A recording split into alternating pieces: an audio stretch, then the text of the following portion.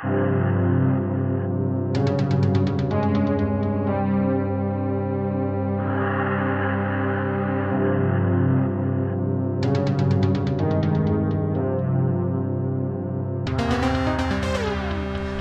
back, everybody. This is part 2 for my Visual Basic game programming series. Today we'll be focusing on capturing mouse events, clicks, and mouse location. We'll also be learning how to match the physical mouse location to the logical location of your game map. This could be really helpful for building like a map editor or something like that. I'll be using the code from the last tutorial, so if you haven't watched part 1, you can do that to either create your own code, or you can go to the bottom of the YouTube video and check in the information area for a link to the download source. So let's go ahead and get started here. We'll jump right in. Now in part 1 I showed you how you could make your game window scalable by using the dimensions of your window for your back buffer size and actually drawing your back buffer back to those dimensions.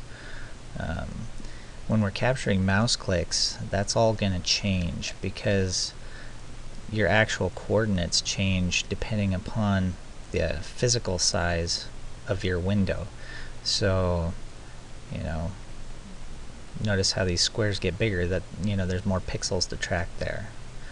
So that's not going to work. We're going to have those static. I'm going to go ahead and just set them to 750 width, and 550 height, and then we're going to draw them back at the same size.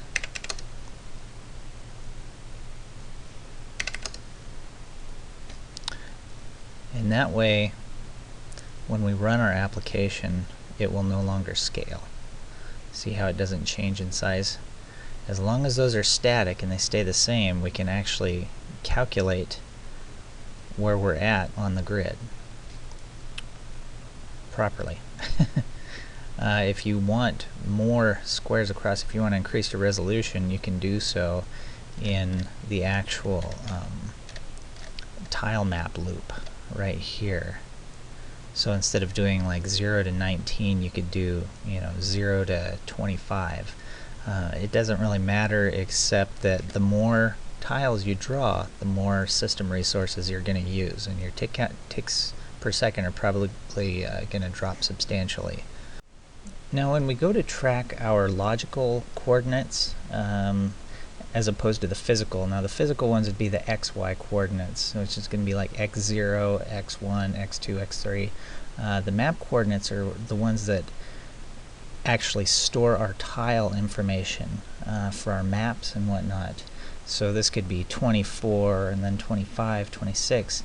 We always have to start tracking from this first tile, and then we'll add the XY to that, so it will calculate out the proper number of tiles, and we'll always be able to track it with the mouse. This will be really helpful when we're going to create a map editor or something like that for ourselves. So we'll go ahead and close this out and get started. The first thing that we will do is add a few variables for actually tracking our mouse locations, both physical and logical. So I'll start out doing something like dim mouse x as an integer, and then I'll do the same for the y, so we can track both. And now we'll do one for our logical coordinates, so I'll just do m map x, so mouse map x as integer, and dim m map y as integer as well. Alright, and I'll just go ahead and call this mouse locations as a note.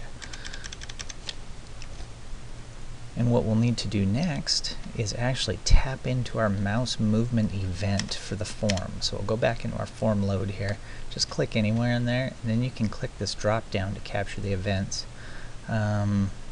We want to find mouse move, and we're going to use that. To start tracking this, we're going to set mouse x, so the physical mouse coordinate, to math.floor, and I will explain this in a moment. And then we're going to use the E, which is the actual event handler guy here. It stores our mouse information, so we'll use EX divided by 32. Now, something I kind of like to do to simplify this later on is maybe just give us, set a variable at the top for our default tile size, and then we can go through and all these places we're using 32 for our tile size, we can have those update from one location instead of just setting them statically in our code. That's just kind of messy. It'd be nice to tidy it up that way. We'll probably tackle that in a little bit. Mouse y equals math dot floor E, which is our mouse event, y position, divided by 32. Okay, so this is our mouse coordinate divided by the actual tile size. Alright, so I'm going to to explain what this math.floor does, this is the same as rounding, except for it tells it to always round down. Okay, so if I'm running this, I don't want it to, if I'm moving my mouse across here, and I get halfway and it rounds up, it's going to think I'm in the next tile. So instead I want it to always round down to the last tile until it actually crosses that threshold and then goes to the next tile. Okay, so it's always going to assume that it's less than it is if it's a decimal value, so that's exactly what we want. So we'll go ahead and continue. We should be able to track this now. I'm going to go ahead and track the mouse movement with our string that we're drawing here, where you can see we're counting our ticks and our ticks per second. I'm just going to add some string values in here. Probably want a BBCRLF, that's a carriage return line feed, drops us down to the next line. We can pick up where we left off. So let's go ahead and, whoops, sorry about that. I want to track my mouse X position by using our mouse X value. And VBCRLF and another drop down. And we will track mouse Y the same way. Sorry, my brain's running a little slow today. Typing's pretty sloppy as usual. And VBCRLF. I'm just going to prep for our next string. I'll just put an empty string down there in the bottom. So if this works properly, we should actually, every time we move our mouse, we should update that string with the new values here. And it'll always be rounded down to the previous tile. So let's go ahead and run it and see if that works. Come over here to 0, 0. That's right. Look at that. Okay. Now mouse 1, X is 1. It doesn't matter where we go. It should go all the way up to the last tile, 19 by 14. Now we haven't made any out of bounds, so we can actually keep tracking down the same way and out of our grid.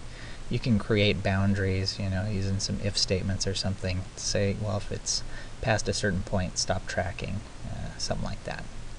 Anyway, that's working beautifully.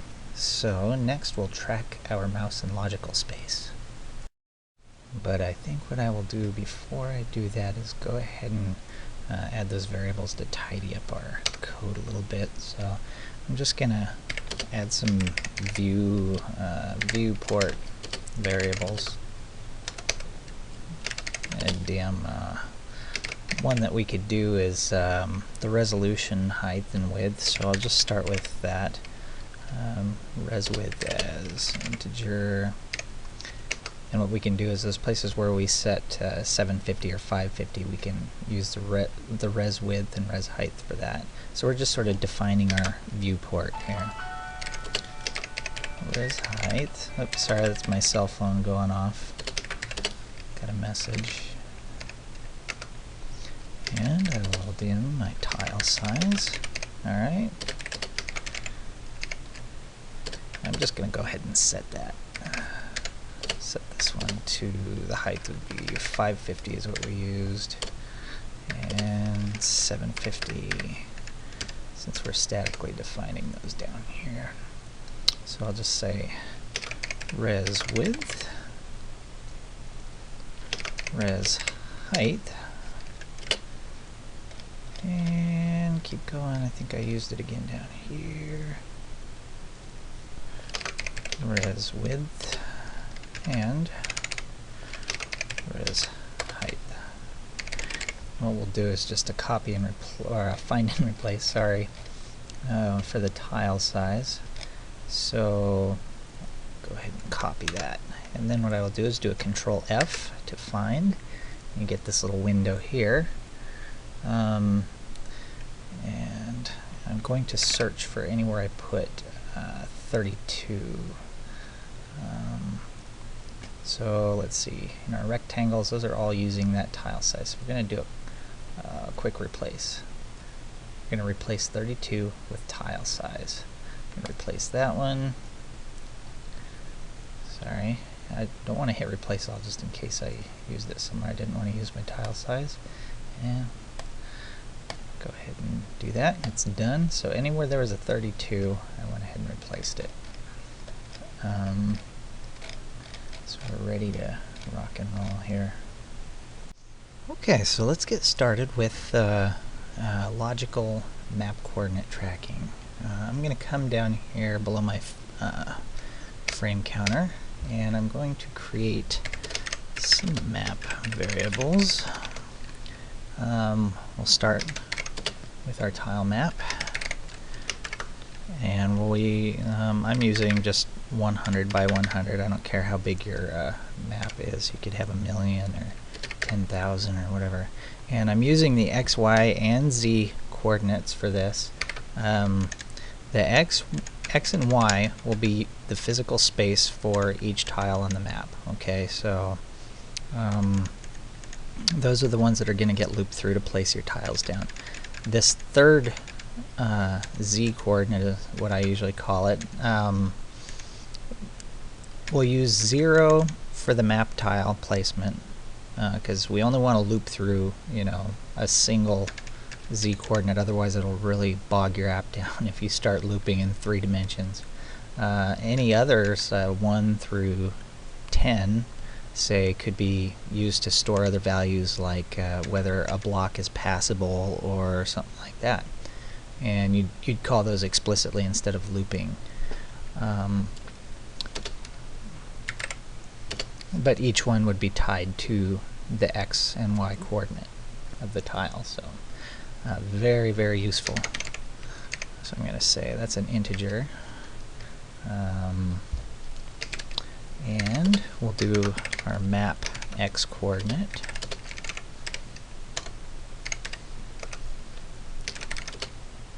And map Y. Oops.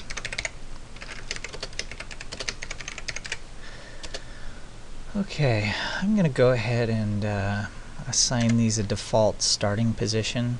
Remember, we're going to be capturing the top leftmost square as our starting position. So I'm just going to set this to an arbitrary number. I usually just throw it on 20. Realistically, if you're running an actual game, you'll probably be loading this start position, and then it will add your character's position to it. So you can, if you save your game, you'll know right where your guy was when he logged out. You don't want him to always start in the same location unless you have a small game where that only exists in viewport. For RPG style games, you're going to have a pretty big map grid. If you're going for the Dragon Warrior Final Fantasy feel. Anyway, let's keep going here. So we've got our map X and Y. So tracking that is actually pretty easy. All we're going to have to do is come down here to our mouse movement, and we'll just take our map X and add it. Say map X equals map X plus mouse X. Okay, so we've already captured our 0, 1, 2, 3, 4, coordinates here. Map X, your logical coordinate, is always going to be different from your physical coordinates because it exists in a huge world space as opposed to just the physical grid. So that's all we're doing. So this will be 20, right, plus 1, and then as it loops through here, every time it's going to get incremented. So it'll be, 20 plus 1, 20 plus 2, all the way up to 20 plus 19. So we'll do the same thing for map Y. Map Y plus mouse Y. Alright, piece of cake. Now, we should be able to track that. So we'll go up to our tracking strings here. I'm just going to copy this chunk here, drop down and paste it. Save some slow typing. So mouse map X, oops, and mouse map Y. I guess that's kind of redundant, isn't it? And we will want to use the correct value, so we'll use M map X and M map Y, since those are the values we're changing. Whoops, I see a little mess up here. Setting map X, so we're incrementing map X instead of mouse map X. Remember, we want to update the coordinates. Sorry about that. You probably caught that before I did. Alright, so let's go ahead and just fire that off. And hopefully it will track, starting at the first position, which is 20, 20, and 0, 0. So you'll notice the coordinates are different. The logical coordinates, and they increment together all the way up to 39 by 34. Of course, out of bounds. But it's tracking properly. Now we should be able to track this graphically as well now that we have the actual coordinates if they're working properly. So we'll try doing this next. This would be really handy for, like I said before, for doing like a map editor or something like that. You could actually click those values and then store them, dump them to a text file or something. It would work really good. How about we try to actually create a simple little map editor with this? I think that'd be kind of fun. First we'll do physical tracking, and then we'll try a little map editor. Close out of that. I think this will be a good exercise because we'll actually be capturing mouse clicks as well as the actual mouse movement. Let's go ahead and go up to where we're drawing. So we're doing final layers. This is something we're going to want. What I want to do is track my mouse with a separate rectangle color, something that shows that we're really, the tiles are following the mouse. So we will take this. I'm going to do G, take my graphics object, draw a rectangle, and it has to be after, like I said, it has to be after our loop, otherwise it's going to get drawn over every cycle. So we want this to sort of linger with the mouse. I'm going to do a red pen, and I want it to track mouse X times the tile size. Remember that's 32, and we will also draw it at mouse Y times tile size, and then again 32 by 32. Let's go ahead and run that just to see if it tracks. Look at that, it's already following that little red X following my mouse. Now you notice I can move anywhere in this box and it doesn't jump to the next tile. And that's because we're using that math.floor. If I had not rounded that, as soon as I move across this middle point, it's going to round it up to the next tile, and then we're going to be out of position. So no matter where we go, it's always going to follow the mouse with that red square. That's pretty nice. So you know right where you're clicking at. Alright, so next up, click events. Oh, this will be fun.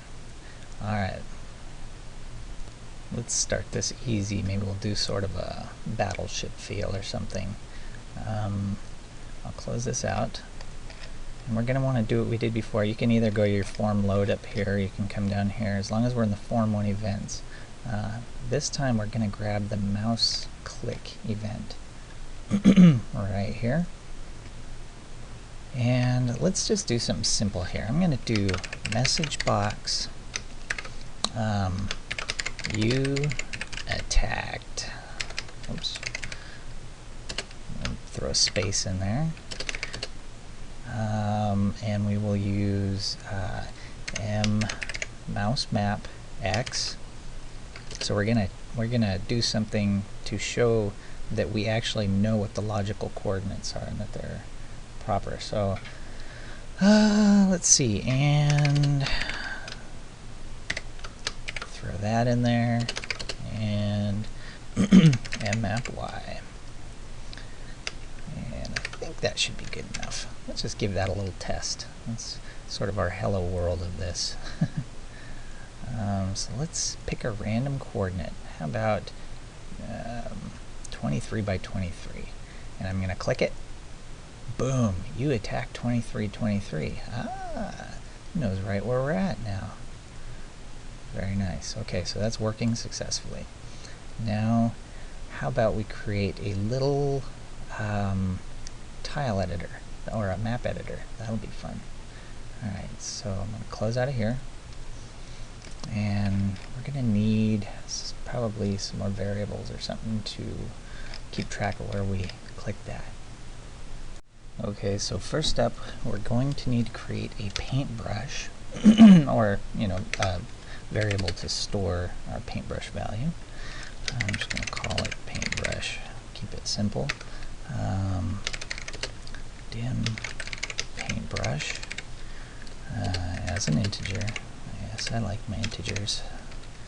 I'm going to set it to 0. 0 is just going to be nothing.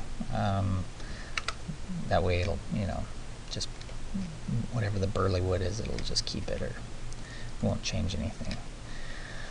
Let's see here. And we'll have to create ourselves a actual palette to paint from. We'll go ahead and create a filled rectangle. Now again, we're going to do it after our draw, so it doesn't get painted over. And I'm going to do a red brush for this. And what did we set? Let's just do this at 21. So it's off the grid. Remember, we're only going up to 19, so this is going to be off the right a little bit. Times our tile size, so 32. And then we will drop down from the top 4 squares. Multiply that by our tile size again. And tile size is the size. Tile size is the height. Let's do a blue brush as well. Fill rectangle. I'll do blue, and this one can be 21 over as well, so they'll be lined up. Times tile size. And we're going to go down a couple from the red one. Let's just do 6 times tile size. Excuse me, I think I'm losing my voice here. And our tile size would be the width. Tile size will be the height. Alright, let's just check and make sure those are coming in the right spots. Alright, so this will be our palette. We'll be able to click on these, hopefully, click over here and paint with them. Actually draw, so this could be grass, trees, mountains, whatever you wanted, like you were setting up your map, and we should be painting to this coordinate. Next, we'll need to check out our mouse click events. Sorry, I commented that out. We don't want that message box popping up every time. I had a little accident and lost my video work there, so I had to backtrack. Can't remember if I told you that already. I think that what we'll do, we only want to set our paintbrush value for those exact coordinates for the red block and the blue block. So we're going to say if mouse x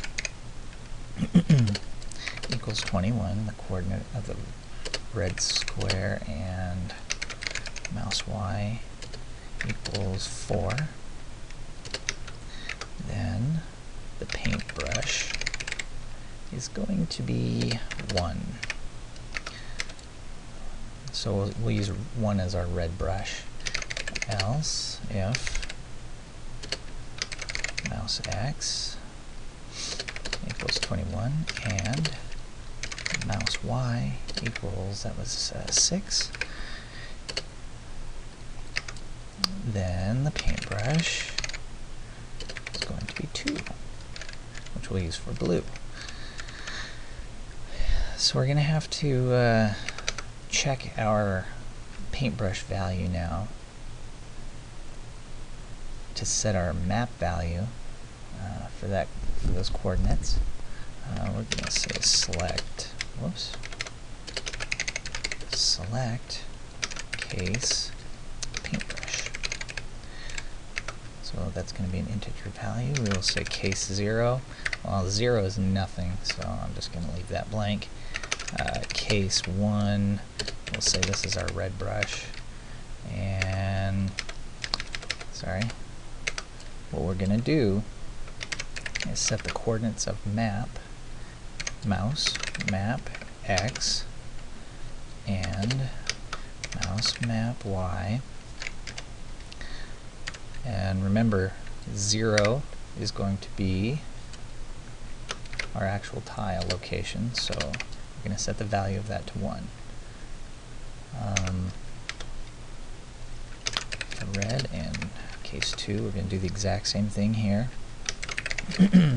So mouse map x and mouse map y, 0 z coordinate, only this time we'll set it to 2.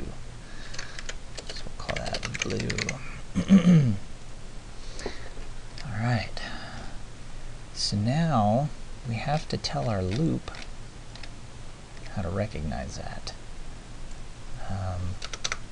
So this is always going to draw. It's going to remember what we clicked, change the value of that map variable at whatever coordinates we clicked. Doesn't matter what we set that.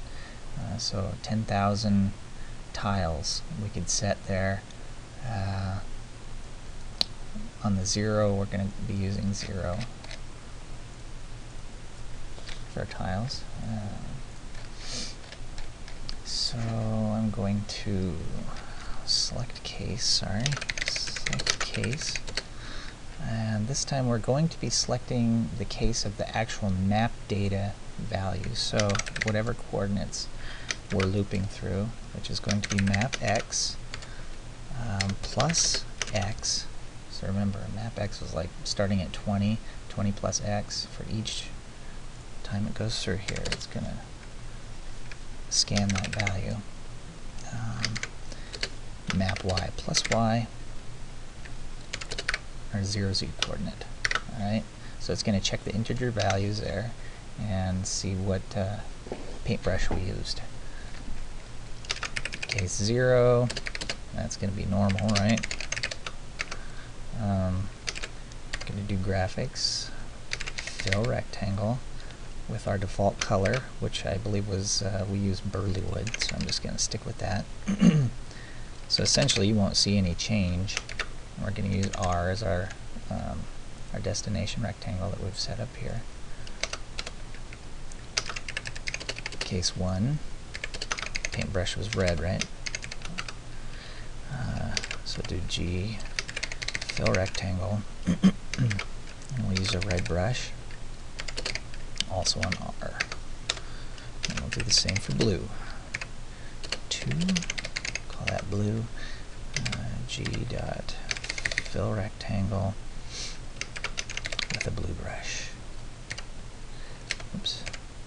And also an R. Now, because when we created our map variable up here, all of these, we haven't assigned them any values. They're all going to default to 0, so that will all be the burly wood color, unless they are changed later on, which is what we'll do with our mouse click. So if this works, we should be ready to start painting our map. Oh, one thing I forgot about up here. Where is that? Okay, yeah, this is going to cause problems right here. We had it set, as it's looping through here, it's refilling this rectangle. So anything we just filled right here is going to get filled over with this. Remember, think in layers. We need to, let's just comment that out. You can comment it or delete it. Actually, yeah, I'm just going to delete it because I do not want that drawing over my map. So let's go ahead and give it a test. We'll hit start, and if this works properly, we should be able to dip our paintbrush in these palette colors and paint with them on the selected coordinates. So look at that. Click that anywhere I want one. Mountains, trees, grass, whatever. Yay, it's working good. So I guess that concludes this tutorial video. If you have any questions, feel free to ask. I can try my best to answer them. And sometimes it's a little hard in the chat there, but I try my best. Also, the source code for this video will be, like the others, placed in at the bottom of the YouTube video in the information section. So I hope it's been helpful. Sorry if I sounded a little sleepy here today, but